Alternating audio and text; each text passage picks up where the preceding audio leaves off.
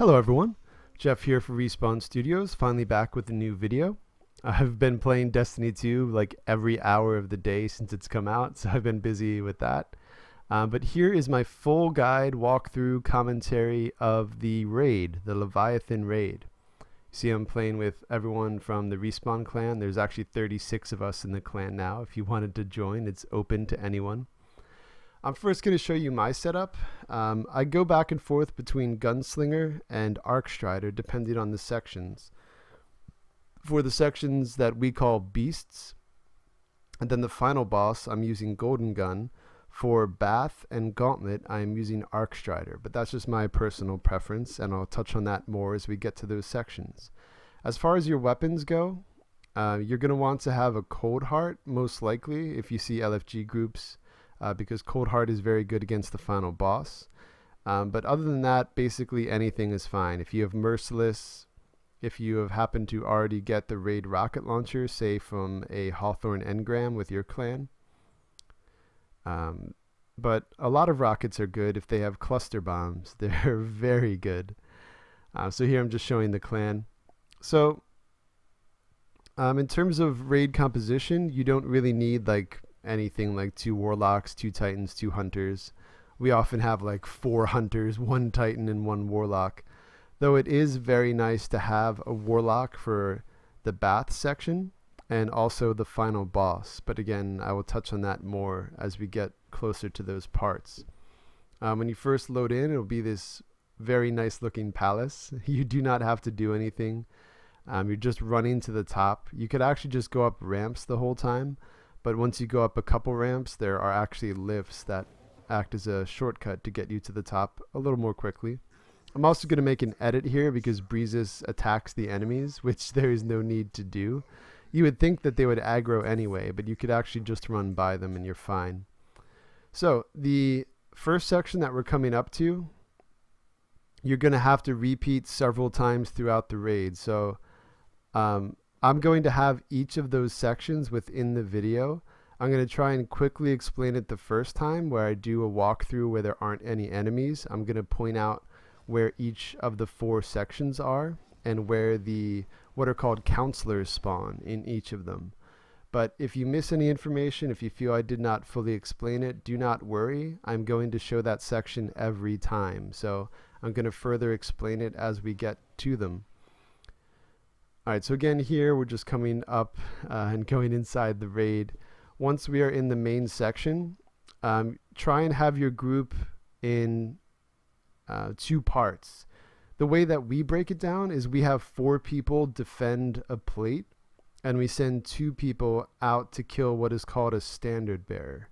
So this is now that main section. You'll see that big gold statue. This is where you originally spawn in. Now, there are 4 parts to the raid. What's called Beasts. I think it's actually called the Pleasure Gardens. We call it Beasts. This is the Gauntlet where you'll see the axe emblem. So that's low right when you were originally coming into the room is the Gauntlet. And here are where the counselors are going to spawn. Counselors are phalanxes that aren't moving, that appear in clear bubbles. They're only going to appear after someone kills a standard bearer as part of the kill team and runs it back and places it in near where the door you're opening. You'll see a message on the left-hand side of the screen that a counselor has appeared. In each of the sections, they could either appear directly in front of you, like there, I was just shooting, over to the left, where I was just shooting, or over to the right.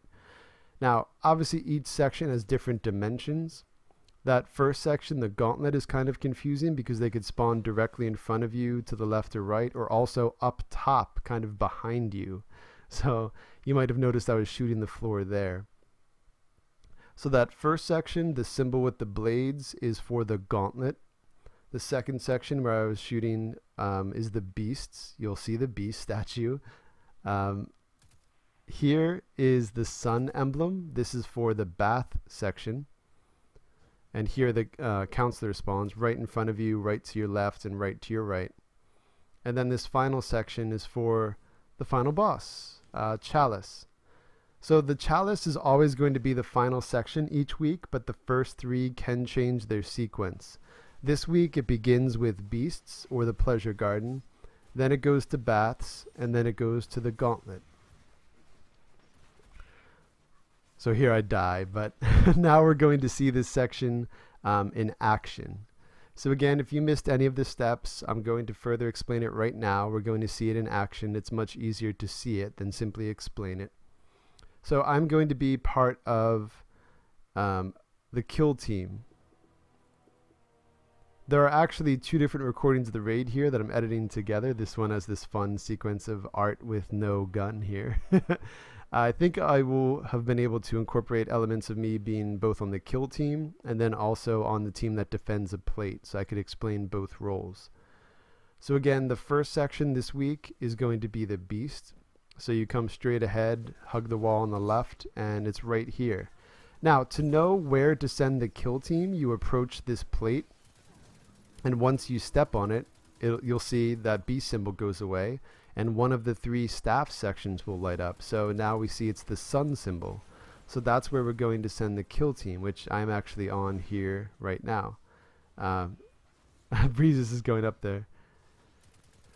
Oh wait, no, I guess I'm going to stay and defend. Sorry, I again recorded 2 raids. I was trying to do different things each time so I could show you different roles.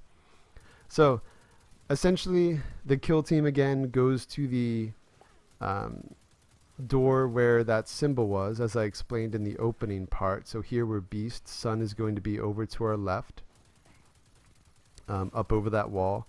So as part of the defense team, which is the 4-person team, you're just going to be killing the phalanx and legionaries that come out. This will be true until you hear a kind of ding noise, and that means a standard bearer has come out. So now I'm going over here to help. This is the standard bearer.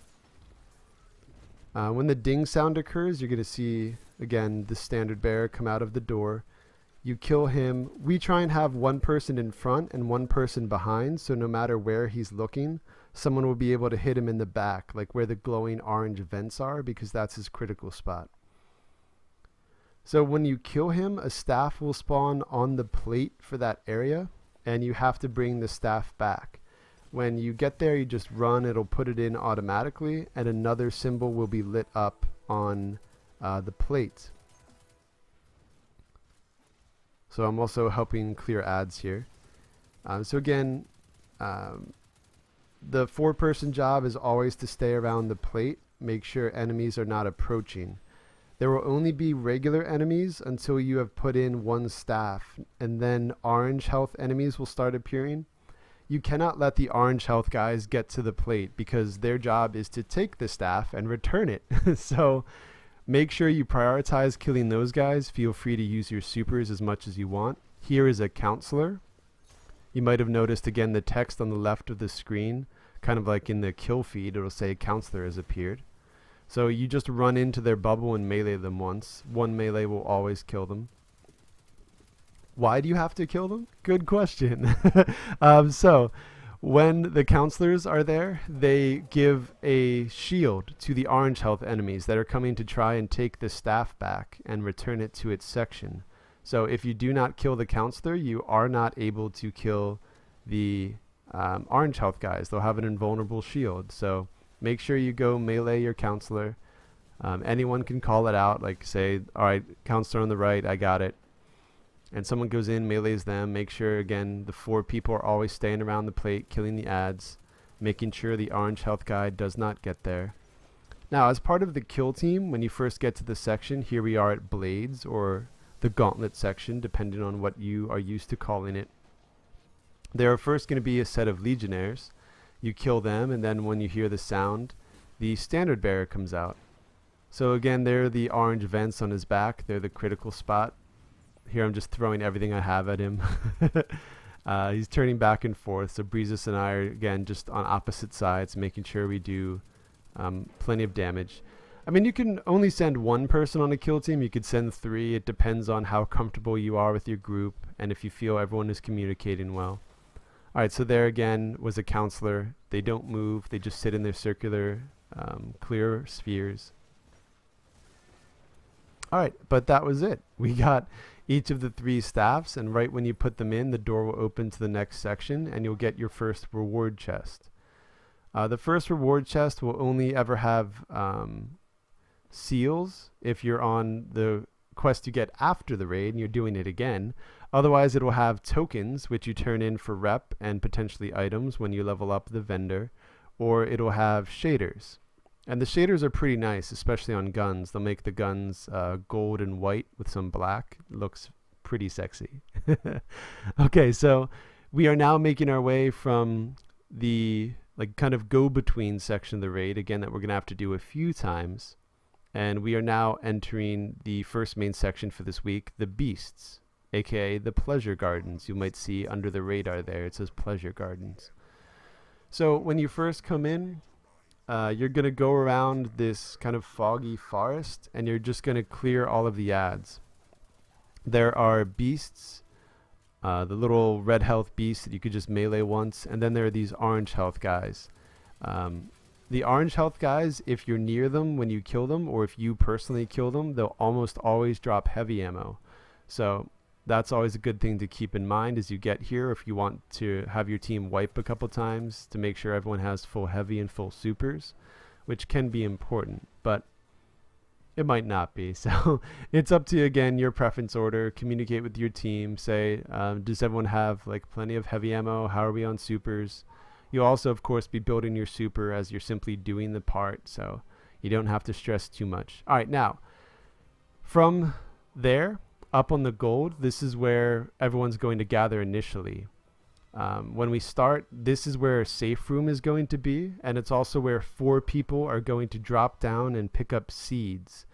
2 people up top are going to pick up guns that spawn. Here they're just spawning in, and they use those light guns to one, shoot pods that have a purple glow coming off of them. You get damage modifiers to be able to kill the roaming beasts. But if you're one of the people using the gun, you have to be standing in these beams of light. You see it's a prism, it goes all the way to the ceiling.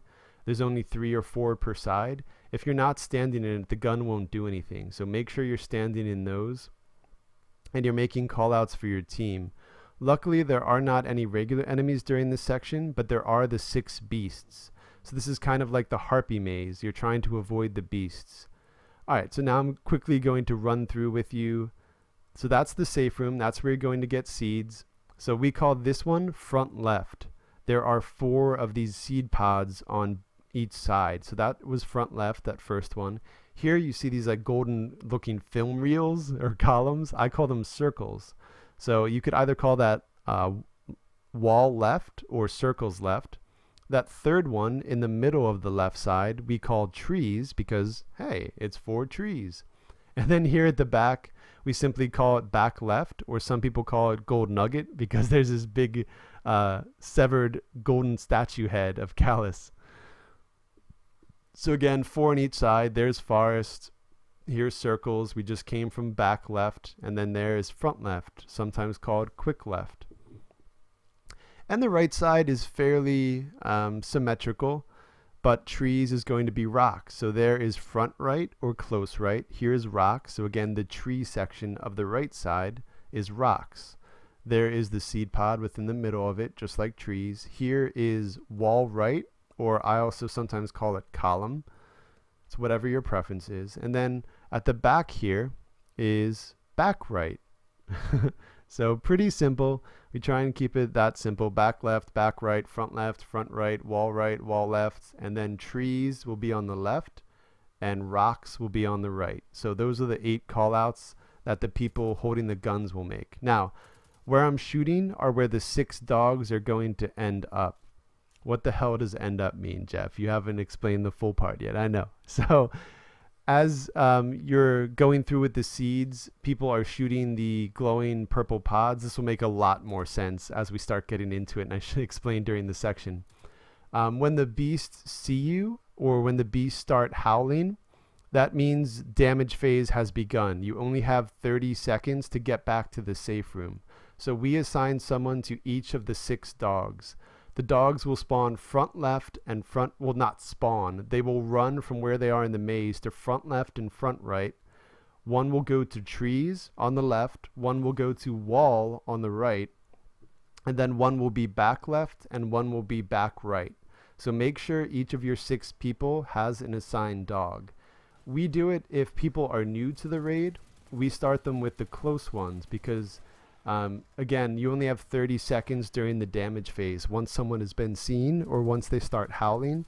So you run to your spot, you do the damage you can to your dog for about 20 seconds, and then either keep in your own mind or listen for someone say, okay, get back. And everyone has to run back to the top part of the gold area where a lot of people were standing and where that gray circle is in the floor.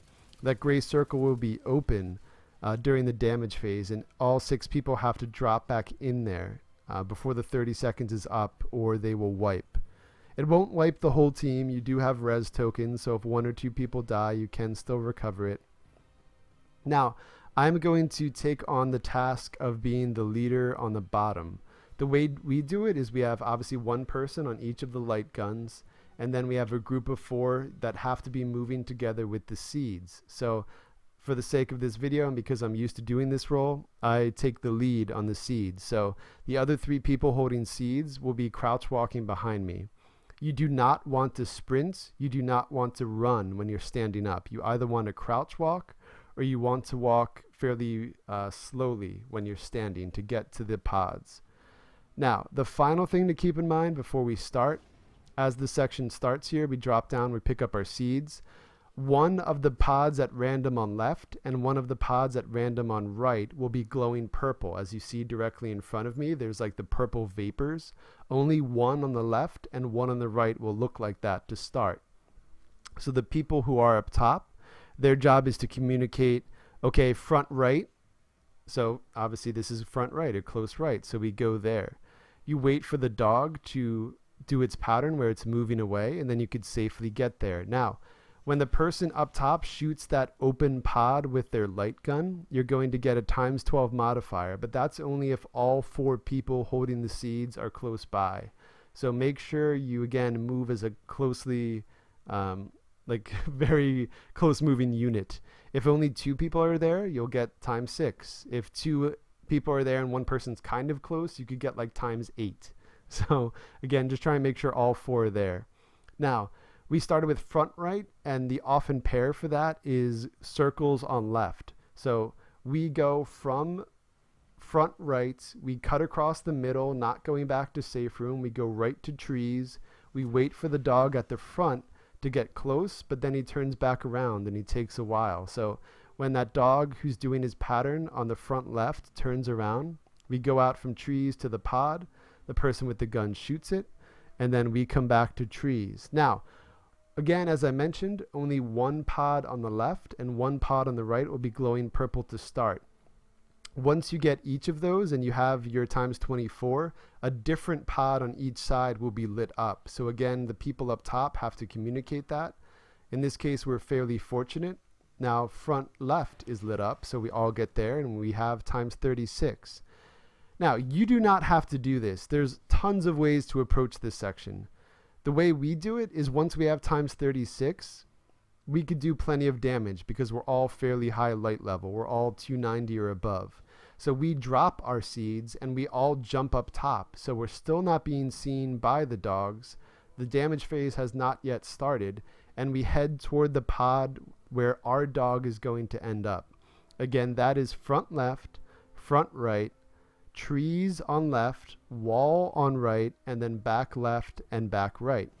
Here I am doing back left, so Bale is going to be my dog. During the damage phase, your dogs are always going to run and stand in that place. They're not going to hurt you, they simply stand there. If you have ×36 and you're like me using the raid rocket launcher there, 3 rockets almost completely killed him. If you have 2 pulse grenades, you will completely kill a dog with 2 pulse grenades. We, as you're seeing here, are not killing the dogs on the first go around. You can actually do 4 damage phases if needed. Sometimes things go disastrously wrong. Maybe you only get ×12 the first time. Maybe you only get ×24. Maybe it will go spectacular and you can get ×48 or even ×60. Awesome. If you get ×48 or ×60, you'll probably be able to kill all 6 dogs, again, if your team is all higher light levels. So we finished a damage phase. all 6 of us ran back in, dropped into the safe room.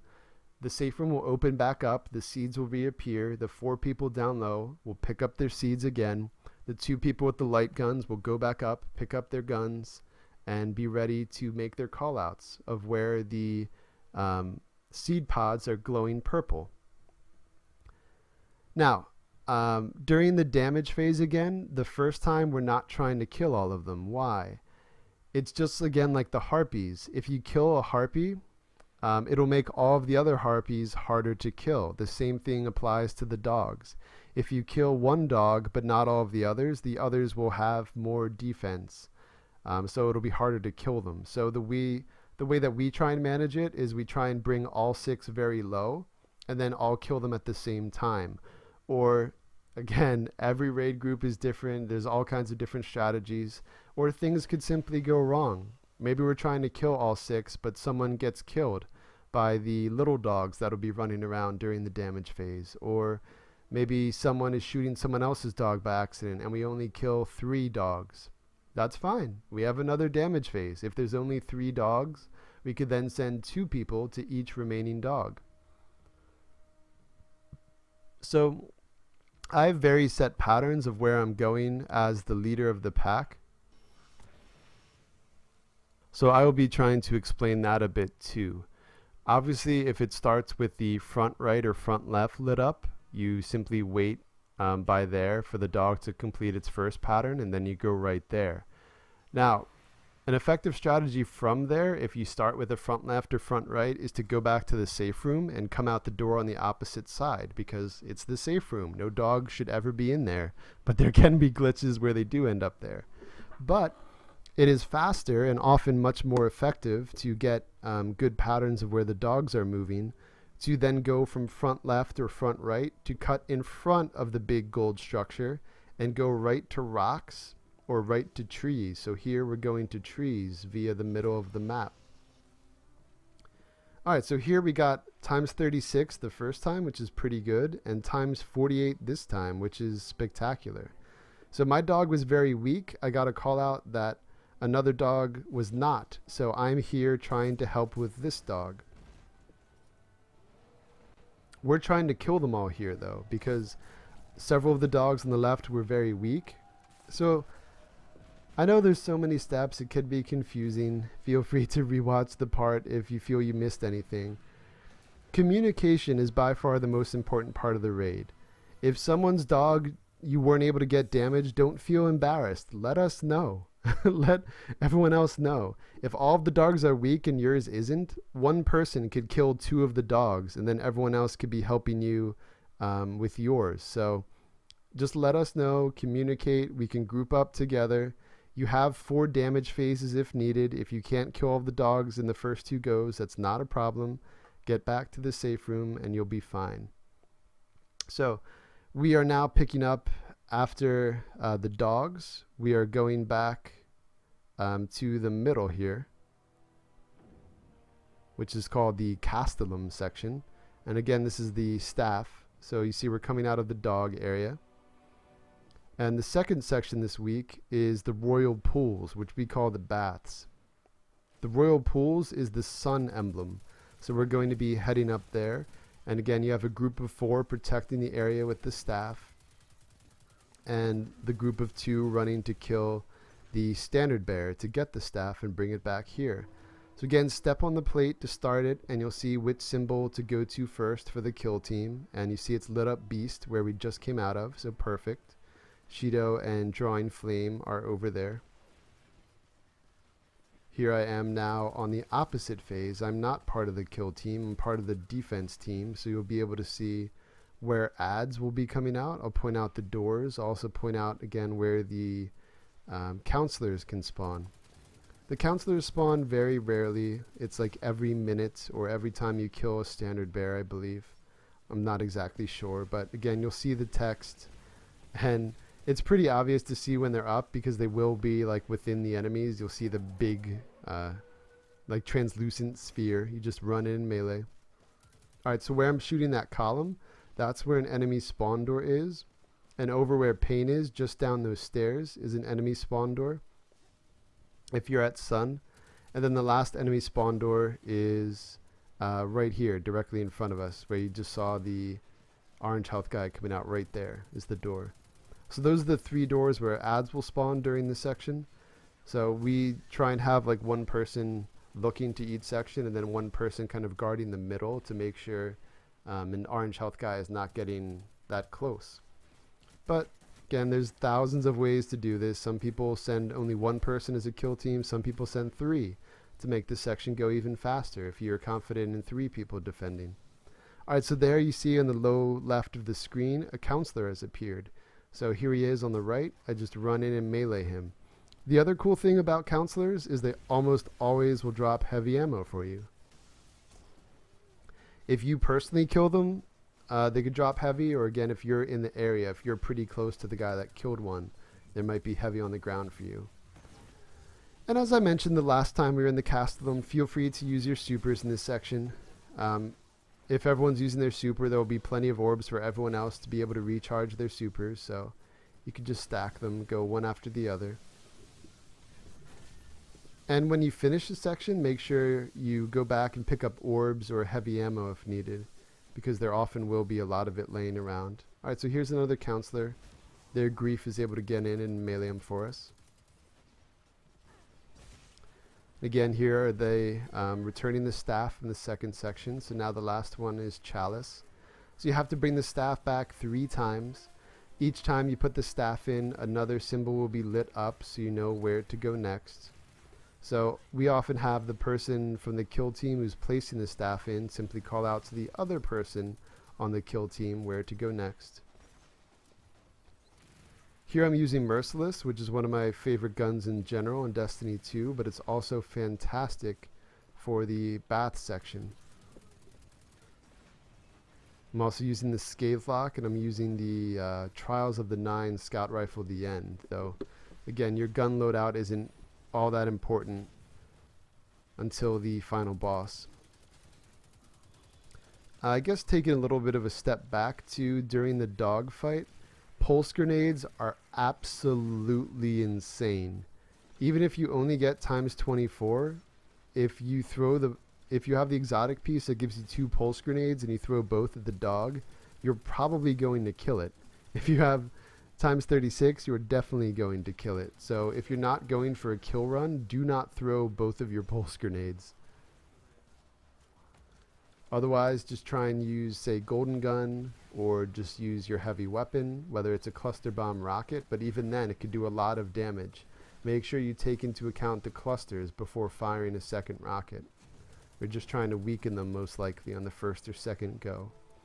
Alright, so there we see the message. The escape route is open. You can go to the next section. So we are now into the second of the 4 main parts of the raid, which is the baths. So this in-between reward chest, as I mentioned, will have shaders and tokens the first time. The next couple times you are in this transition area and there's that chest, it will only have 500 glimmer. I'm also getting what is called a seal because I'm working on the exotic quest line you get after you finish the raid for the first time. So this upcoming section, the baths, is very much like the door section of the Oryx raid if you did that in Destiny 1. It's simply about a pattern that will repeat a few times. There are going to be 4 plates on the sides, 2 on the right and 2 on the left. 1 low right, 1 top right, 1 low left, 1 top left. There is also a plate in the middle, but someone does not need to constantly be standing on that. So here is the general layout. Here's the middle, here's a plate. This purple ball, if you jump into it, try and avoid standing in the water because you'll be losing this, what is called the psionic protection. When you go through that purple ball, you will get that protection. What we're trying to do ultimately, I'll just explain this quickly, is bring up lamps there. Now, make sure everyone has psionic protection times 50 before you begin.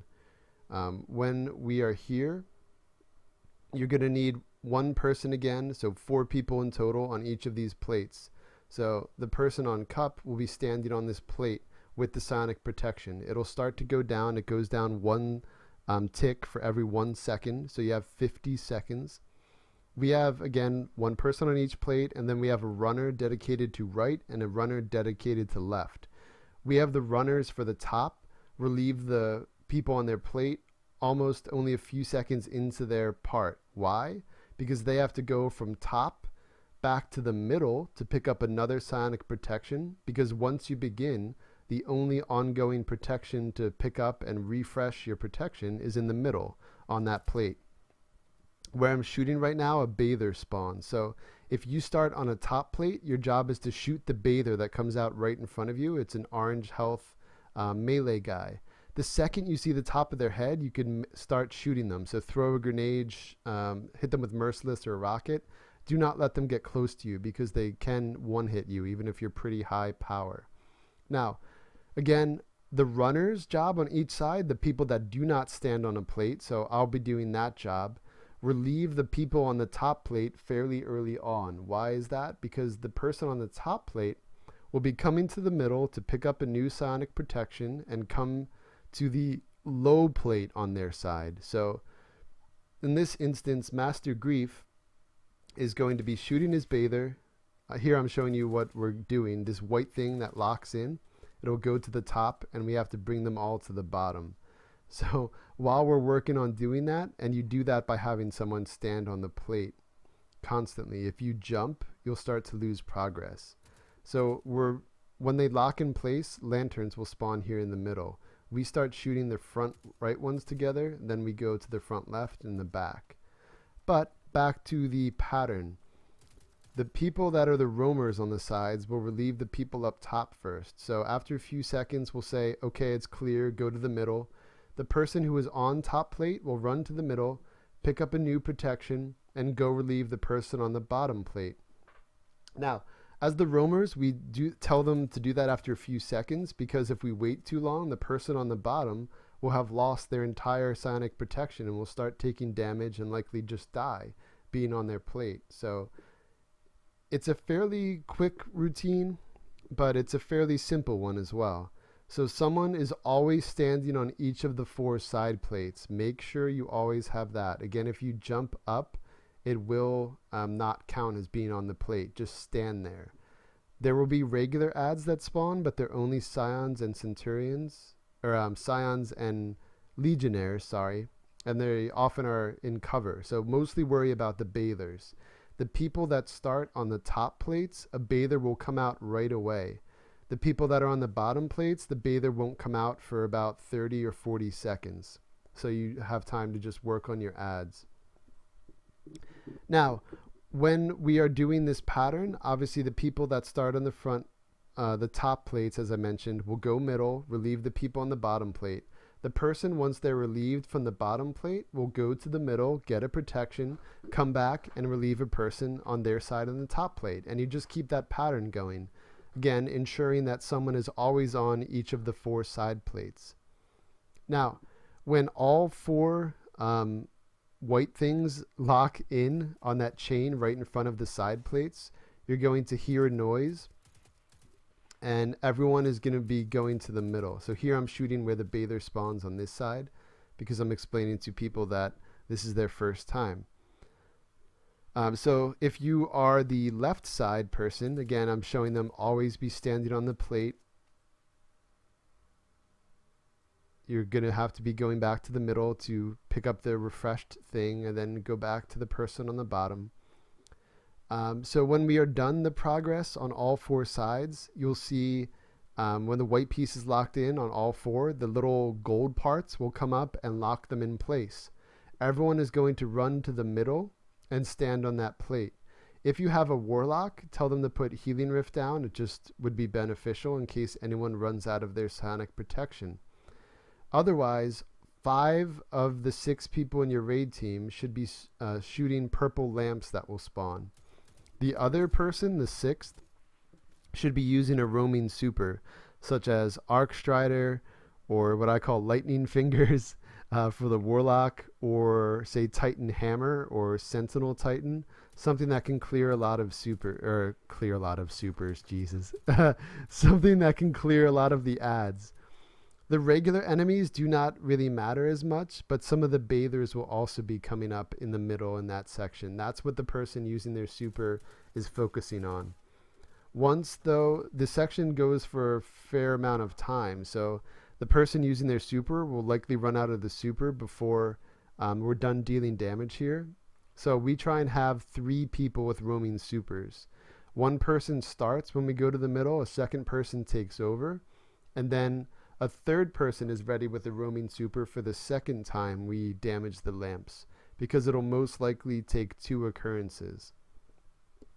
Now, when you are finished doing the damage to the lamps, you'll know, because everyone's sonic protection will have run out and you can't possibly stand in the water anymore. Here I'm showing that bathers can come out of those areas to drawing.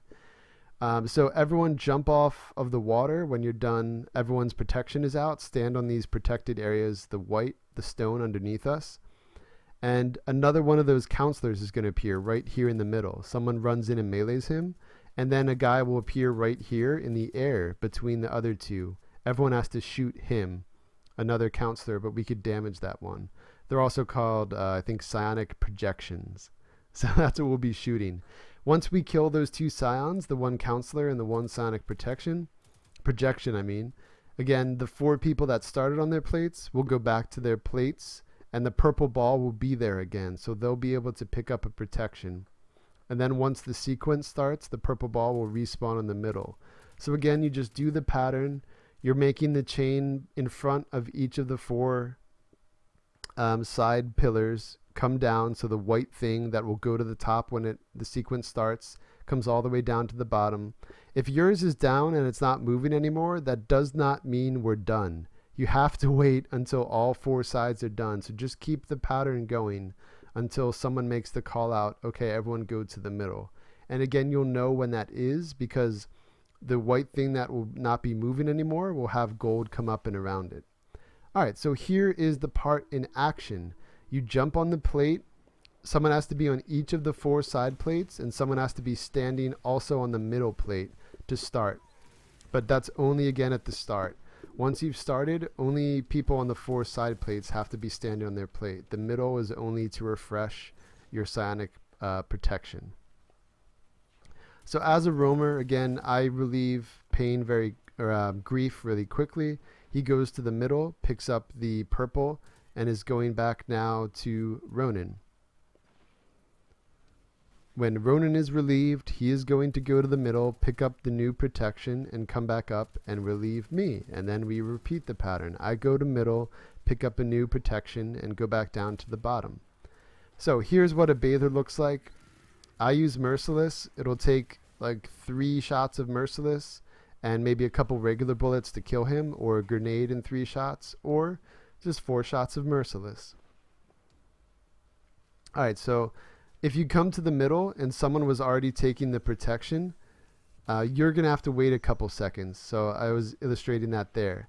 The second they jump off, you can't jump on and get the protection. Make sure you see the text on the left-hand side of your screen that you have the protection before going to relieve the person on the plate. If you do not have the protection, you'll be taking constant damage standing in this like purple and black water. All right, so there, things were locking in, so it goes fairly darn quickly. So we're coming to the middle. All the 5 people are going to be doing the damage. I'm using my roaming super to focus on killing any bathers that come out, because if they get to the middle, one swipe could kill like 3 people on your team. That's also why we put a healing rift down. So again, the pattern for the lanterns, we're all trying to shoot the same ones at the same time.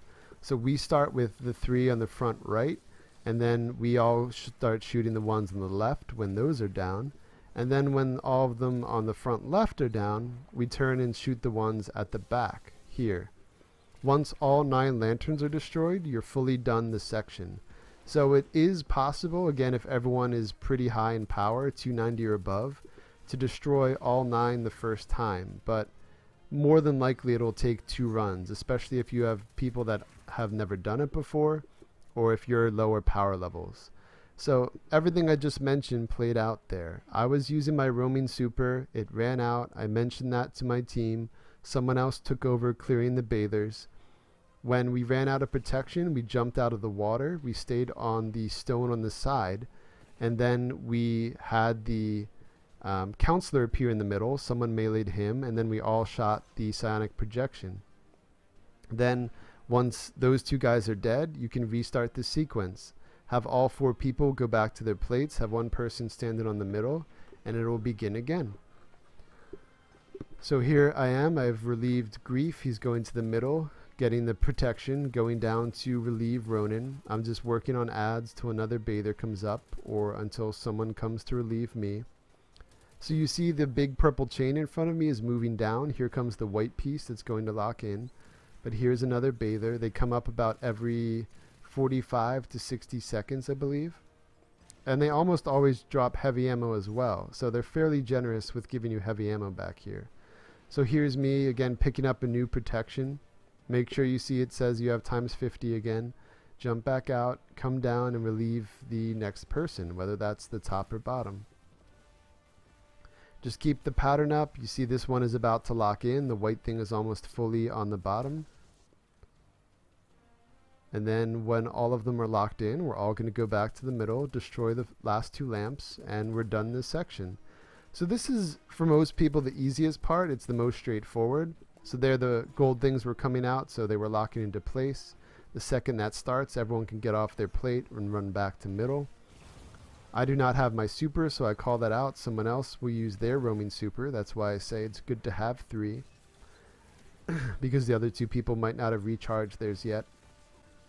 But when all 9 lamps are destroyed, you're done.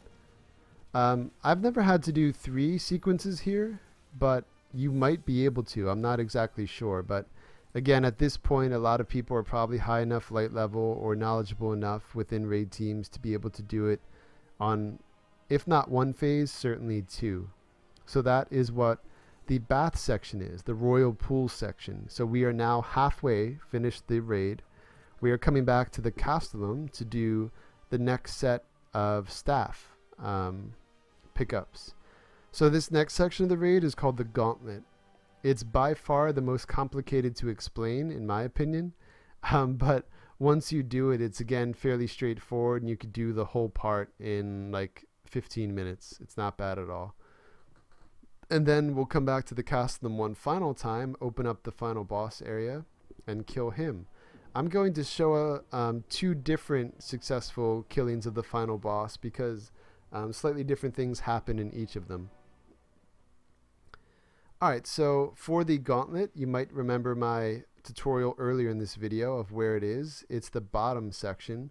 So when you're originally coming in this room from the start of the raid, it's the low section. If you're coming from the baths this week, it's October 4th of 2017, so if you're doing the raid this week, from the baths you go straight across past the beast section, and down here is the blades, aka the gauntlet. So once you stand on the plate, you'll see where the kill team has to go. Here it starts with Sun. I'm staying on the protect team, killing the ads here. And it's the same process again each time. It'll just be a randomized order of where to start, which place to go to first to kill ads, then kill the standard bearer, then bring the staff back. Just make sure again your kill team down here it's much easier because enemies aren't going to spawn in front of you. They're going to spawn up the stairs on the left and right, so you could do 2 on the left and 2 on the right. Here I'm showing you again where the scions spawn. They can be kind of hidden right in front of you, in front of the columns, or it could even spawn up here, which is very annoying. So I've gotten in the habit of standing up here on the railing, kind of being a lookout, shooting at ads, but also being ready for that top scion in case he spawns. So they only have 3 places they could spawn each time. As far as I know, I might be wrong, but in my experience, the scions, the counselors, can only spawn in 3 places in each part. Okay, so again, I'm being on the lookout. They put a staff in, so a counselor should be spawning pretty soon. Everyone else is working on ads. So now in addition to the Phalanx and Legionnaires, these orange health guys will be spawning because they're trying to come down now and take the staff back to their section. If you mess up and they do take the staff, you haven't failed, nothing's wrong. You're just going to have to do another staff part during this part. It's fine.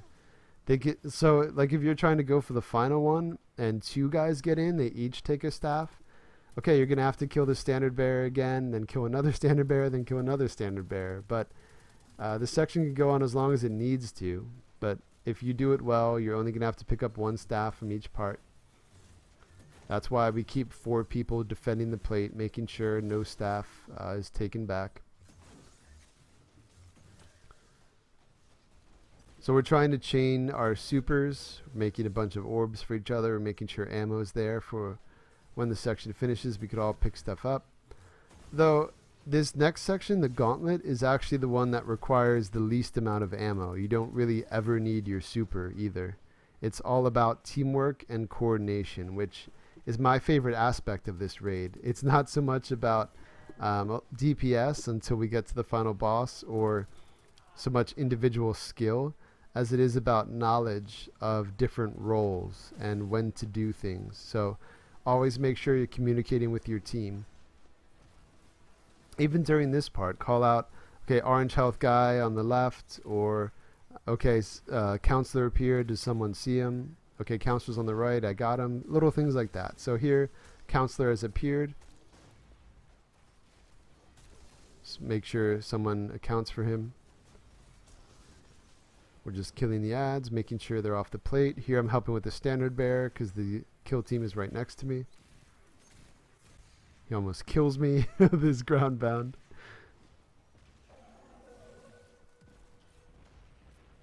Alright, so he's dead. They're bringing the staff back. So that's the standard bearer. That's the plate where the staff will spawn. So when you kill the standard bearer again, the staff is not on his body. It's on the plate of that section wherever you killed him. Alright, so here we go. We've finished the 3 staffs. Or staves, I guess is the actual word, for that section. So we're going to the gauntlet, the final regular section of the raid before the final boss.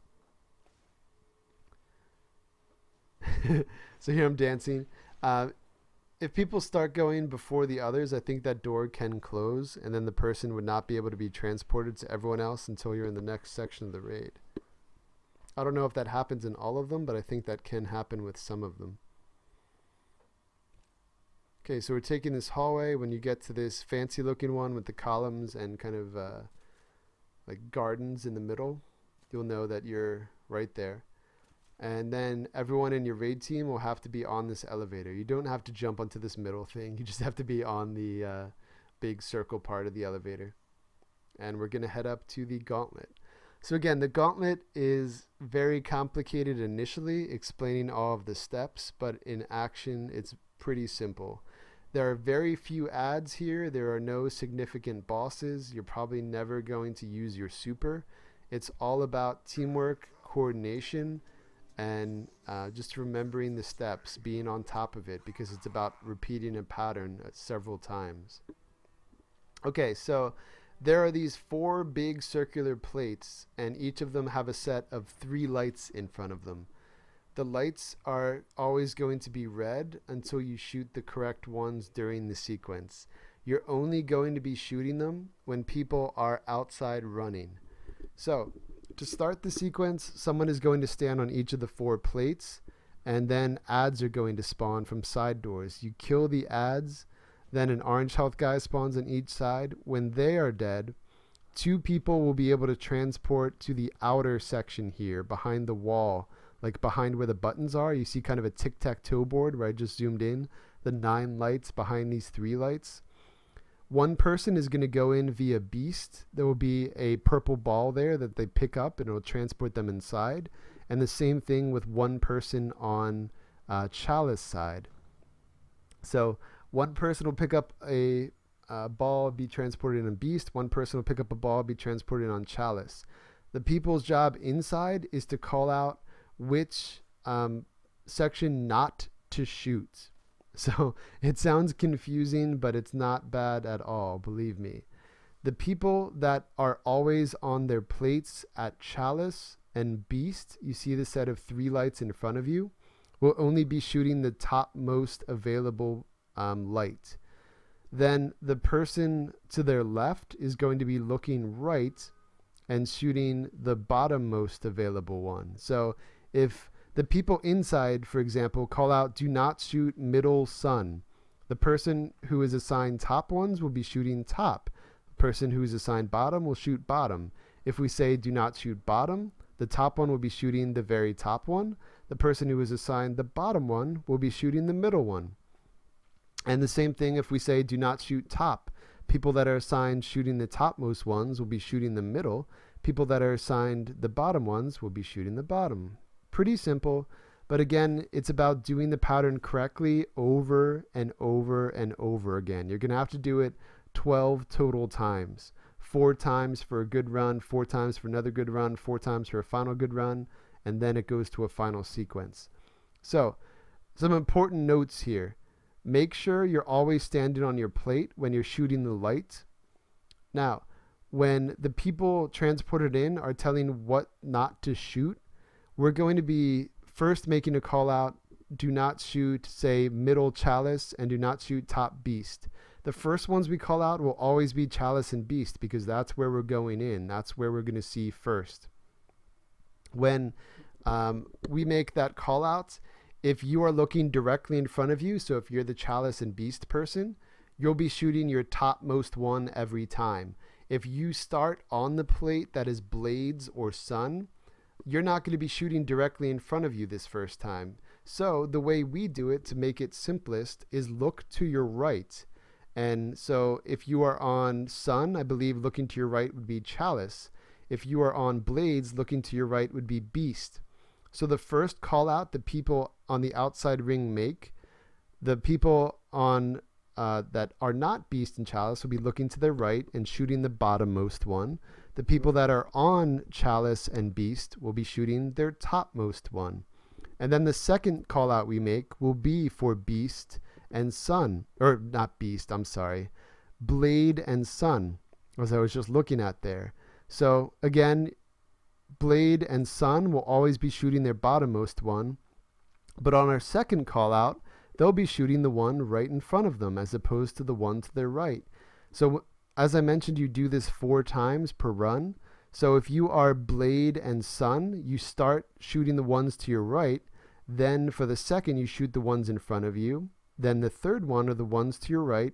The fourth one is the one right in front of you. If you start on chalice or beast, you start shooting the lights directly in front of you. Again, only the topmost one if you are chalice or beast. So you start shooting in front of you. The second call out will be for your right. The third call out will be for right in front of you.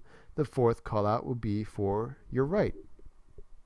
Now, again, this pattern is done 4 times per run. There are 3 runs. If and only if you are shooting the lights directly in front of you. So if you are chalice and beast, it'll be the first and third. If you are sun and blades, it'll be second and fourth. When you are shooting the lights in front of you and you shoot it and it goes green and the person is able to jump through the tic-tac-toe board outside, a scion, the counselor, is going to appear in front of you under the lights. You have to run off your plate, run up and melee that scion, and then go back and get on your plate. But again, that's only if you've shot the lights in front of you for that sequence. So one final time to review, if you are blade or chalice, you're always shooting the one top light that the person says do not shoot. If you are blade or sun, you're always shooting the bottommost available one. So if we say do not shoot bottom and you're doing bottom, you shoot the middle. If we say do not do top and you're doing top, you shoot the middle. So I know it sounds kind of complicated. It's not that bad. So I'm going to be doing the job of runner. I know I haven't explained what that looks like yet because you're going to see it. So here we go. We're going to be starting pretty soon. These again are the 3 lights. Make sure you're standing on the big circular plates when you're shooting at them to make it count. This is where the signs are going to spawn, right under the lights. The other thing to keep in mind when we get to the second and third phase of the people going out and making their run around and call outs your big circles, platforms that you're standing on, will start to be going up and down. So you just have to aim a little bit more carefully. Now, the final thing to keep in mind, here are the doors where the adds come out. The adds come out with 1 Scion and 2 Legionnaires, and they come out 3 times from each door. When you clear them, there's 1 orange health guy. Alright, so here we go. Here's the run. The final thing I wanted to mention there, before I cut myself off to explain that, was when you're shooting your pattern, you have to shoot it several times. Not because you need to, but because you have to be shooting your one as the person either...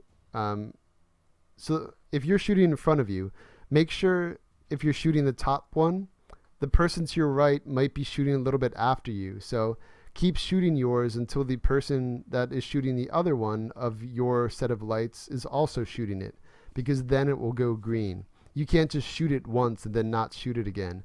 Constantly be shooting it until the other person shoots theirs and the lights go green. That means you successfully did the shooting for that call out. Okay, so the final section is what I'm explaining to my fire team here.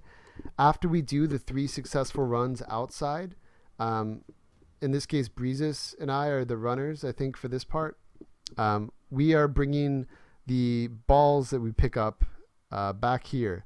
Once all 6 are in, all 6 people come here to the middle and will be picking up their balls, and all 9 of us, geez, all 6 of us will be transported to the outside track. Now, to keep this final step simplified, the 2 people that are the dedicated runners that are never standing on a plate will always be going through one of the tic-tac-toe pieces that has a purple ball. Then, the people that were shooting the top ones, so the people that are Chalice and Beast, will also be picking up a purple ball the first set of 9 that we go through, and the third set of 9 that we go through. So not on the second and not on the fourth if you are Beast or Sun. If you are, or Beast or Chalice, I'm sorry. If you are Sun or Blades, in this final sequence, when all 6 people are on the outside, you will not be picking up a purple ball the first set of 9 rings that you jump through. You will be picking up a purple ball on the second and the fourth. There's only 4 total to go through. Why is that important? It's just like us on the outside making the callouts and why you guys are shooting ones. If you shoot it correctly, it will go green and it will leave behind a purple ball for us to jump through. If you do it wrong, we're still able to get through, make one more call out, and then you can get it right the next time. But if you get it wrong 2 times in a row, so if we're not able to grab a ball 2 times in a row, we will die. And that is the problem. So in that final sequence, when all 6 people are outside, that's why we have that alteration. We make it as simple as we can by having the 2 people that are always runners always grabbing the purple ones, so they're safe because they're used to doing the pattern. And then we have the Chalice and Beast people grabbing a purple ball on the first and third rings, and then Beast, I keep screwing that up, I'm sorry. Sun and Blades will be picking up the purple ball in the last part on the second and fourth set of rings. And again, it'll make way more sense as we do it in action here. So here is what the sequence looks like when done correctly. Now, I can float during this section, and so could everyone else, but the 4 people that are have each their own dedicated pillar, stay in that general area. Like, don't go to someone else's pillar. Stay by yours and kill the adds that come out. So as I mentioned, 1 Scion and 2 Legionnaires come out 3 times from each door. Once they're all dead, an orange guy comes out. So the 4 people for a plate each stay in their own section, but I'm a roamer here because I'm going to be going to the outside. So I help 2 sides with adds if they need it, and Breezes is going to be helping the other 2 plates with adds if they need it. This is the only time that there are adds. Okay, so these psionic charges will appear after everyone kills their orange health guys. The 2 people that will be going outside, you have to communicate so you pick them up at the same time. If you do not do that, the sequence will be thrown off a bit and someone will likely wipe. So there, how do I know which one to call out? So you see there's 9 rings. 8 of them are blue. 1 has a red outline. So here I'm saying do not shoot blade. So they know, so do not shoot middle blade. So they know to shoot the top and the bottom. Then I'm making the call out also just to be useful. Remember to go melee your scion. That counselor that's going to appear if you shot the lights in front of you. So we again are doing this 4 times. Here's the 4th one. Do not shoot top sun is what I'd be calling out. So they shoot middle and bottom. Perfect. I try and again keep things positive. I say good or perfect. Remember to go melee. So again, you hop off your plate, you run and melee a scion if you shot in front of you. And that's one successful run. So we're bringing the bombs to the middle. We're collecting 6. And we're, again, after we do that 3 times, there will then be 6 collected there in the middle. So we're each going to pick one up. And that's when we're all teleported outside. So each phase, again, is the exact same. There's never any alteration. It's going to start with adds. It's always 2 legionaries and 1 scion coming out of the door 3 times on each side. Once you kill them, you'll hear kind of a ding sound, and that means the orange health guys are coming out. And then once you kill the orange health guys, the balls will spawn to allow the 2 people that you dedicate as the runners to go to the outside. So the roles for this section, again, 1 person on each of the 4 plates. Always make sure they know whether to shoot the top or bottom ones. And then 2 people are dedicated runners. Alright, so adds are dead. You see the symbol is now up that there's a ball there. So I'm letting Breezes know, okay, I'm ready. And then we pick it up at the same time.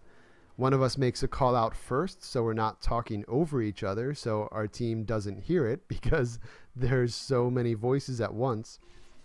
So I often let the other person know, okay, Breezes, you call it first. So he makes a call, then I make a call. Now, you might also notice as a runner, as we get to these later steps, just like the people on the outside have a difference with their platform going up and down, us inside have some sections of the floor missing. So make sure that you're aware of that and you're jumping over. So here, my call out would be, do not shoot top beast. So that people know to shoot, okay, 1 person's going to be shooting middle, and 1 person will be shooting bottom. And then I'll always say, okay, good job. Remember to go melee. So the person that shot in front of them goes to melee their scion. Here I call do not shoot bottom. So they shot top and middle. And that's it. That's the second sequence. We're going to have to do 1 more. And then we'll all be transported outside. So one final time, I know I've mentioned it several times, but learning the pattern is the only hard part here.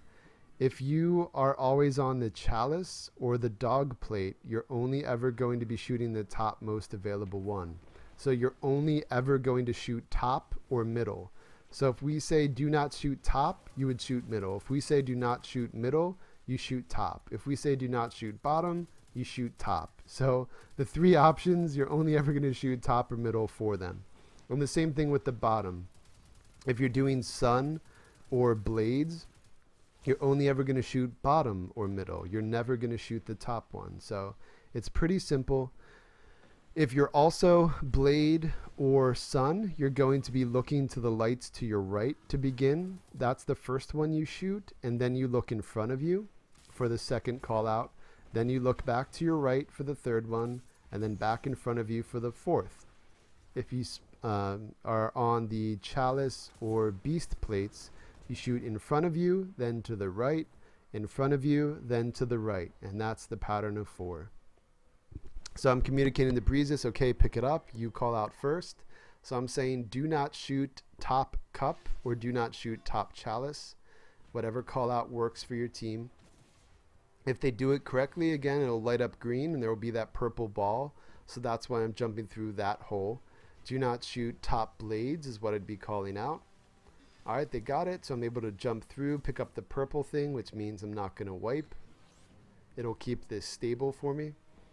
Do not shoot top beast is the call out I'd be making. So they shoot middle and bottom.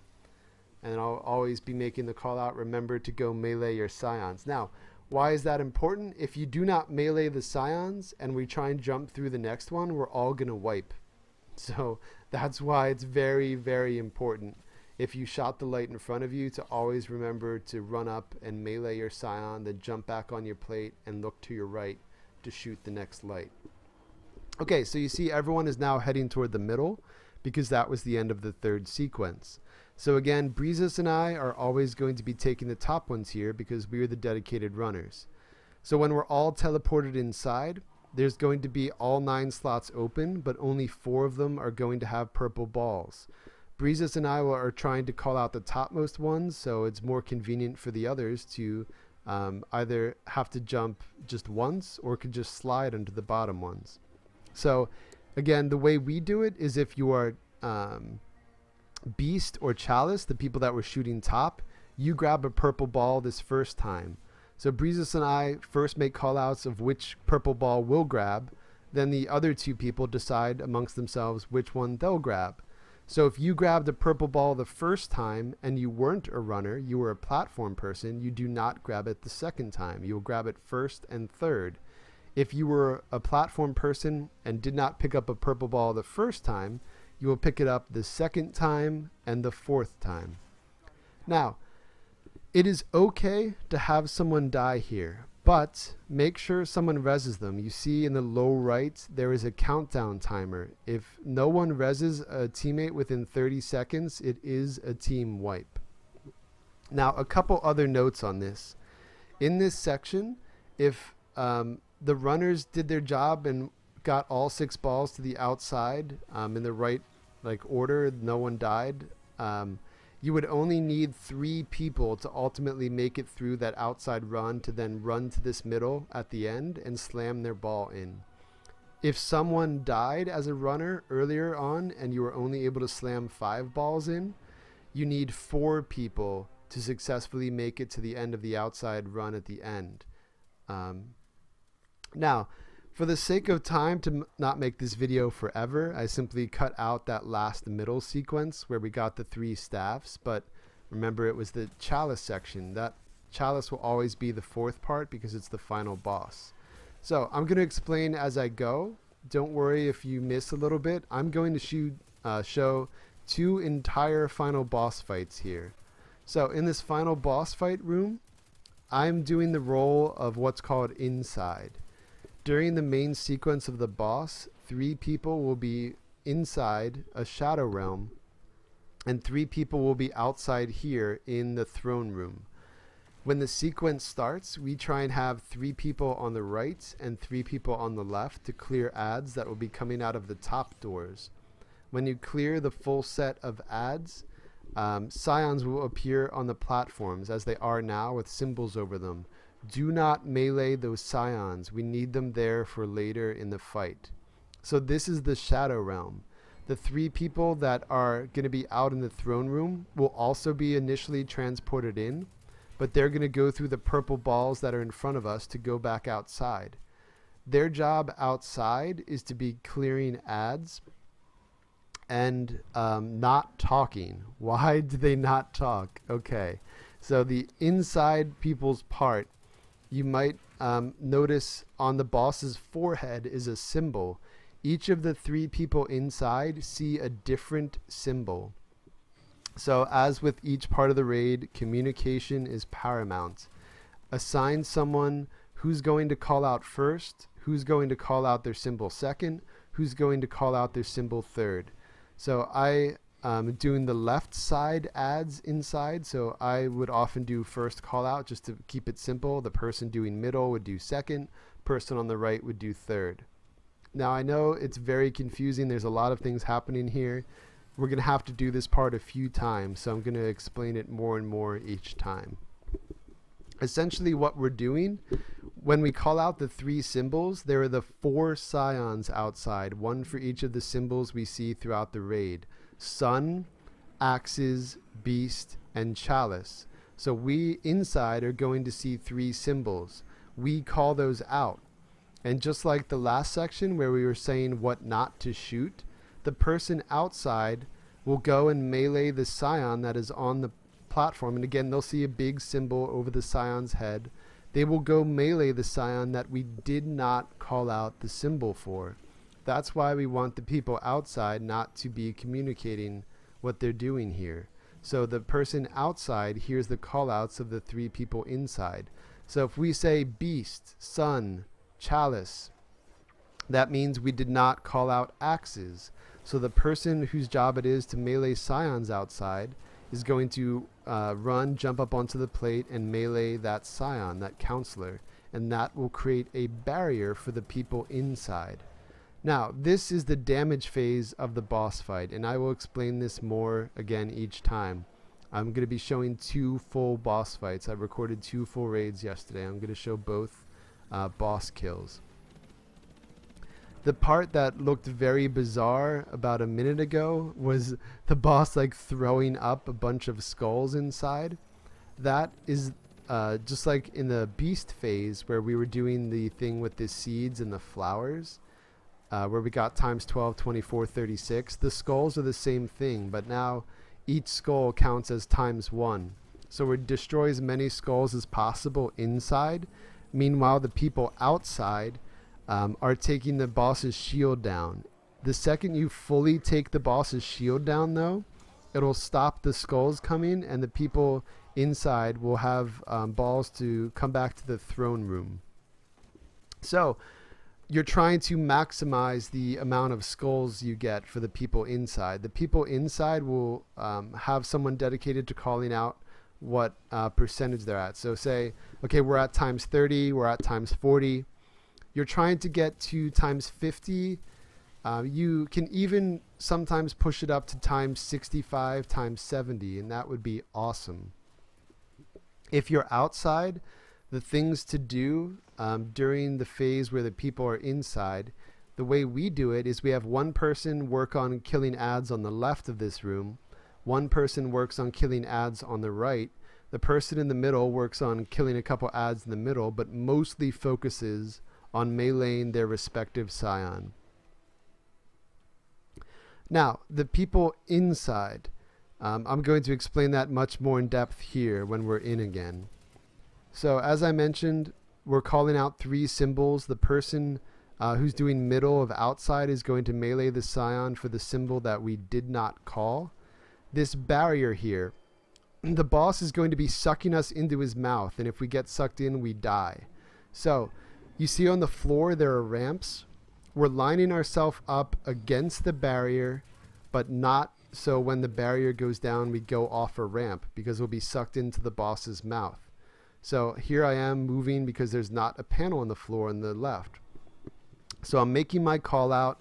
I'm shooting regular scions that spawn. There will be 4 regular scions that spawn on the ground, and then 2 white scions that spawn in the air. We have to kill those guys. If you do not kill the regular scions, they will shoot a purple blast at you and knock you over the barrier, and you'll be sucked in and die.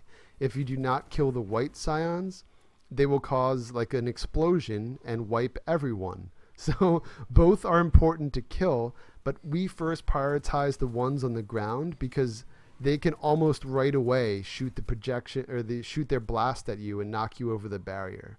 So the key thing for people inside, make sure you have your communication going of who's going to do first call out, who's going to do second, who's going to do third.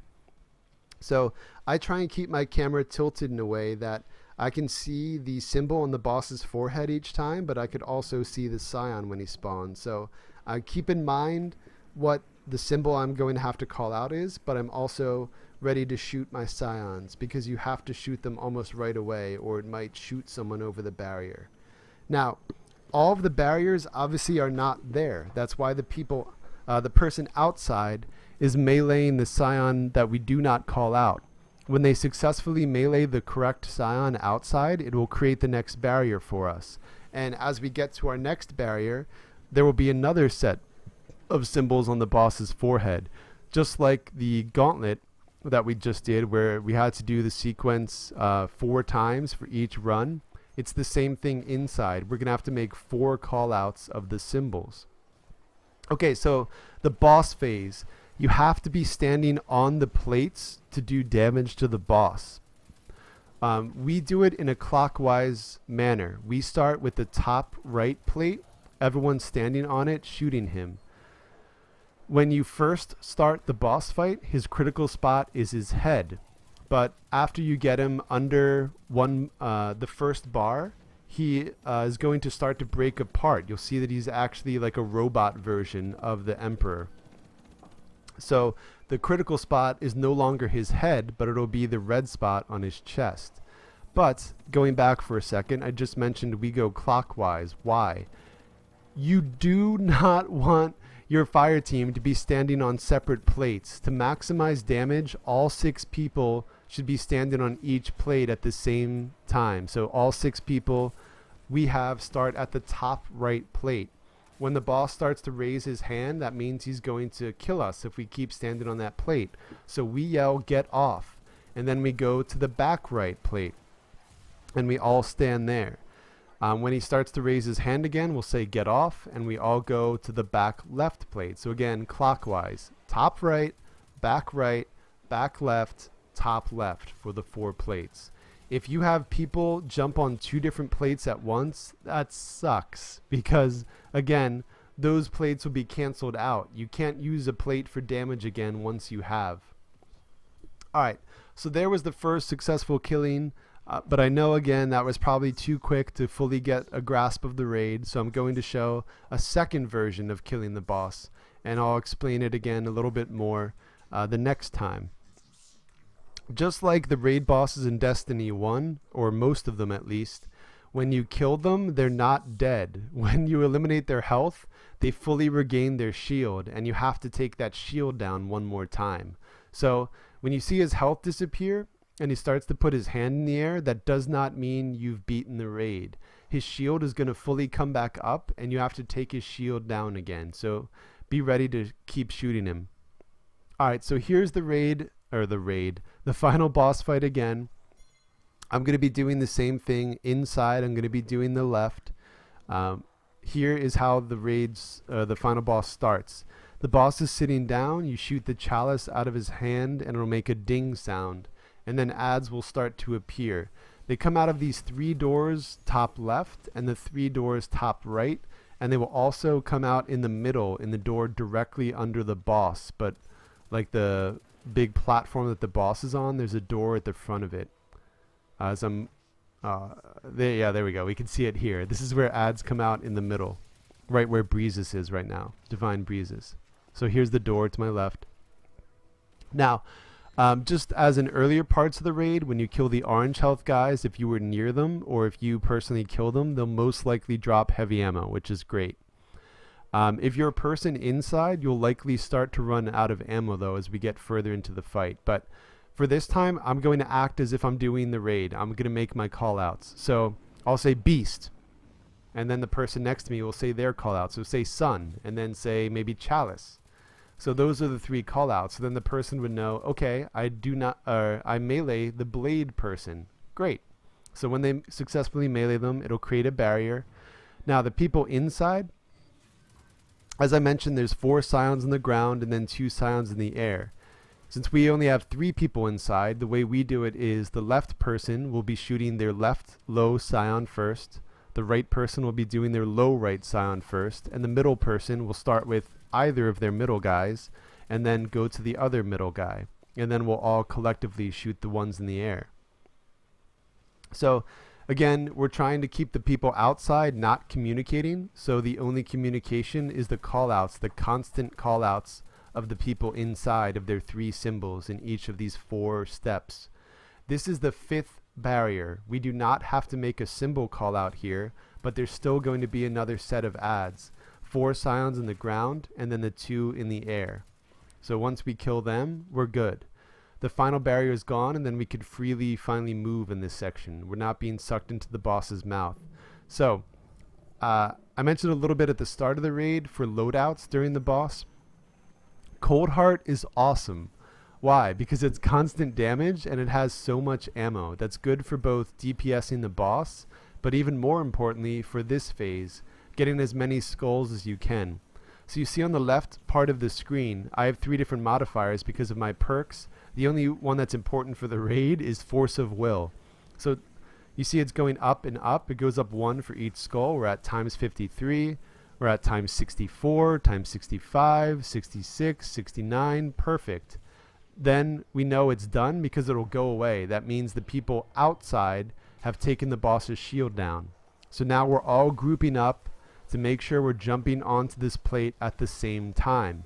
If someone jumps on the plate like a lone wolf a few seconds before everyone else, that sucks because it starts activating the plate and the boss will be aware of that. When he starts to raise his hand, everyone jump off. If someone jumps on the plate on their own a few seconds before everyone else, by the time everyone else is on and shooting him, you might only have 1 second to do damage. So make sure all 6 people group up around the plate and then are jumping on together.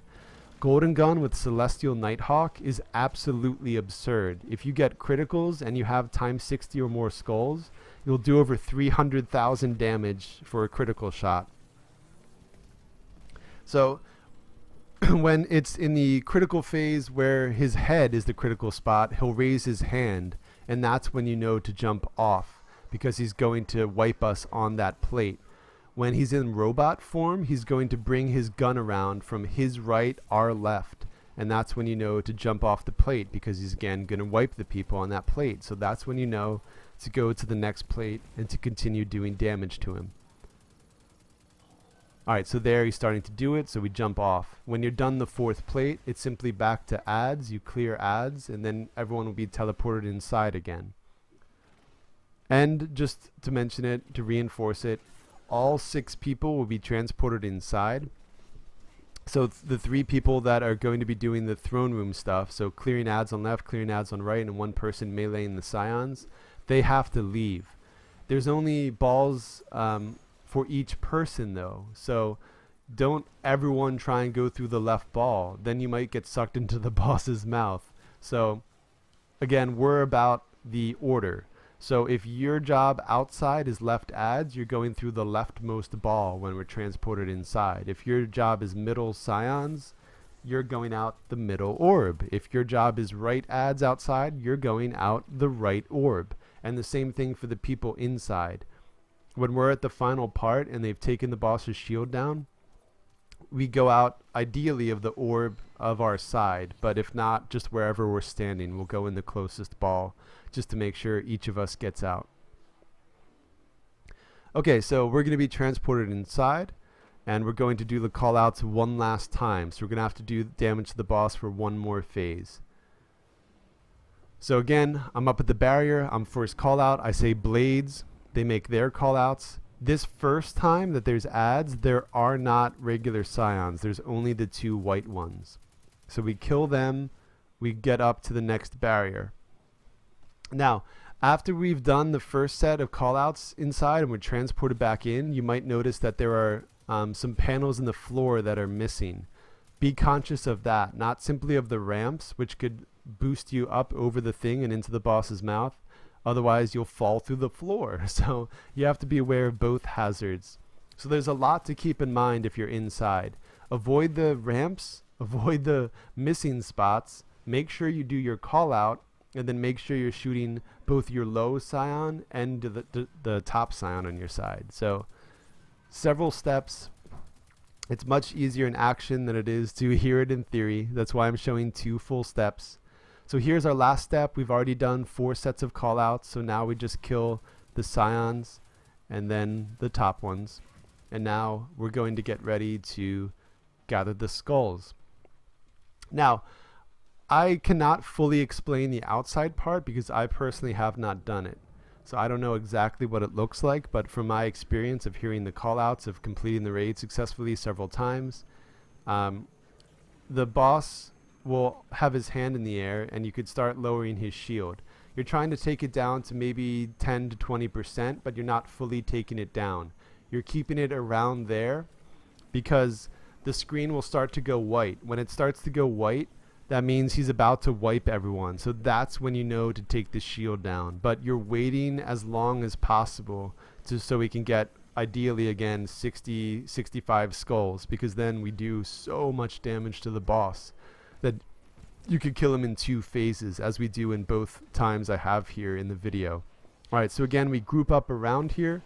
I'm using, and a couple others are using Celestial Nighthawk. with golden gun. So there I did 302,000 for a critical.